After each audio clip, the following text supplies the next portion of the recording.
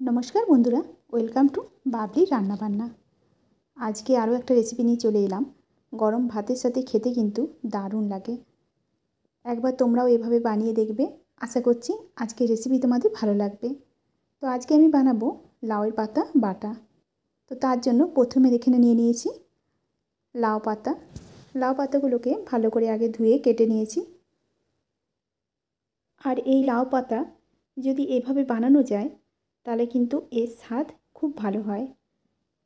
तो चलो तार जोन्नो एखाने निये नियेछि आमि रसुन। एखाने प्राय अनेकगुलो रसुन नियेछि। तार साथे नियेछि आमि एकटा बड़ पेঁয়াজ। एरपर एखाने नियेछि 3টে शुकनो लंका। झालटा कम बेशी तोमरा जे जेभावे खाओ सेभावेই दिते पारो। আর এখানে নিয়েছি আমি কালো জিরা 1 চামচের মতো ভর্তি ভর্তি কালো জিরা নিয়েছি। কালো জিরাটা একটু বেশি দিলে খেতে ভালোই লাগে।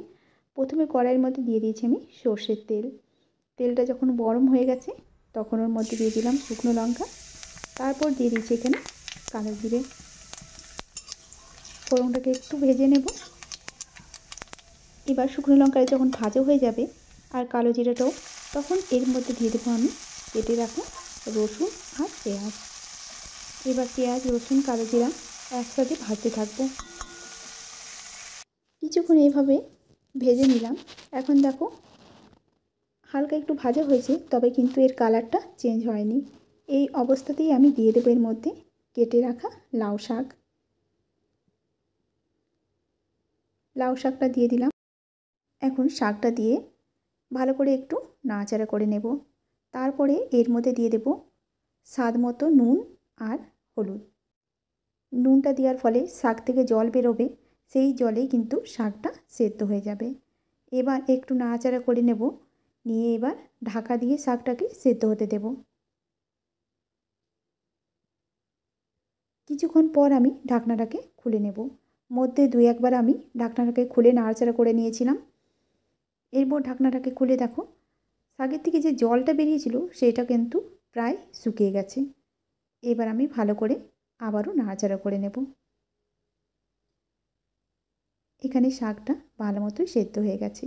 এবার শাকটাকে নামিয়ে আমি রেখে দেব একটা বাটিতে। যখন ঠান্ডা হয়ে যাবে তখন এটাকে আমি বেটে নেব। এখানে একটা মিক্সিং জারের মধ্যে দেখো নামিয়ে রেখেছি। এবার একটু ঠান্ডা করে নেব। তোমরা চাইলে এটা শিলেও বাটতে পারো। কিছুক্ষণ পর যখন ঠান্ডা হয়ে যাবে তখন লাউয়ের পাতাগুলোকে বেটে নিয়েছি। ঠিক এরকমভাবে বেটেছি। অন্যদিকে কড়াইয়ের মধ্যে দিয়ে দিয়েছি আরও একটু সরষের তেল। আবারও দিয়ে দিলাম সামান্য পরিমাণে একটু কালো জিরে। তার সাথে দিয়ে দেবো এখানে কাঁচা লঙ্কা চেরা। আমি যেহেতু শুকনো লঙ্কা দিয়ে বেটেছিলাম লাউ পাতাটা, তাই এখানে আর শুকনো লঙ্কাটা দিলাম না। এখন আমি কাঁচা লঙ্কাটা দিলাম। এতে কাঁচা লঙ্কার গন্ধটা খুব ভালো লাগে বাটাটার সাথে খেতে। এখন দিয়ে দিলাম এর মধ্যে পেঁয়াজ। এখানে একটা বড় সাইজের পেঁয়াজ একবারে কুচিয়ে নিয়েছি, সেই পেঁয়াজটাকে দিয়ে দিয়েছি তেলের মধ্যে। এবার পেঁয়াজটাকে একটু নাড়াচাড়া করে নেব। কিছুক্ষণ নাড়াচাড়া করার পর পেঁয়াজটা দেখো প্রায় ভাজা ভাজা হয়ে এসছে, তবে কিন্তু খুব লাল করে ভাজিনি। আর এভাবে যদি পেঁয়াজ ভাজার মধ্যে পাতাটাকে বেটে আবার ভাজা যায় তবে কিন্তু এই স্বাদটা আরও বেশি ভালো হয়। এরপর দিয়ে দিলাম বেটে রাখা পাতা। লাউ পাতাটা দিয়ে দিলাম। এবার এটাকে খুব ভালো মতো নাড়াচাড়া করতে হবে যতক্ষণ না অবধি লাউ পাতার যে একটা জল আছে সেটা শুকিয়ে যায়। এখন ভালো মতো নাড়াচাড়া করে নেব। আর যেহেতু আমি নুন দিয়ে দিয়েছিলাম আগের থেকে, সেই কারণে আর নুনটা দিলাম না। এখন ভালো মতো লাউ পাতাটাকে কড়াইয়ের মধ্যে নাড়তে হবে যতক্ষণ না অবধি এটা একটু শুকনো শুকনো হয় আর এই লাউ পাতার কালারটা একটু চেঞ্জ হয়ে যাবে। কিছুক্ষণ ধরেই কম আছে আমি এইভাবেই ভাজা করে নিচ্ছি। কিছুক্ষণ পর দেখো লাউ পাতার কালারটা কিন্তু চেঞ্জ হয়ে গেছে। এবার পাতাটাকে আমি নামিয়ে রাখবো। আর গরম গরম ভাতের সাথে এরকম লাউ পাতা বাটা খেতে কিন্তু দারুণ লাগে।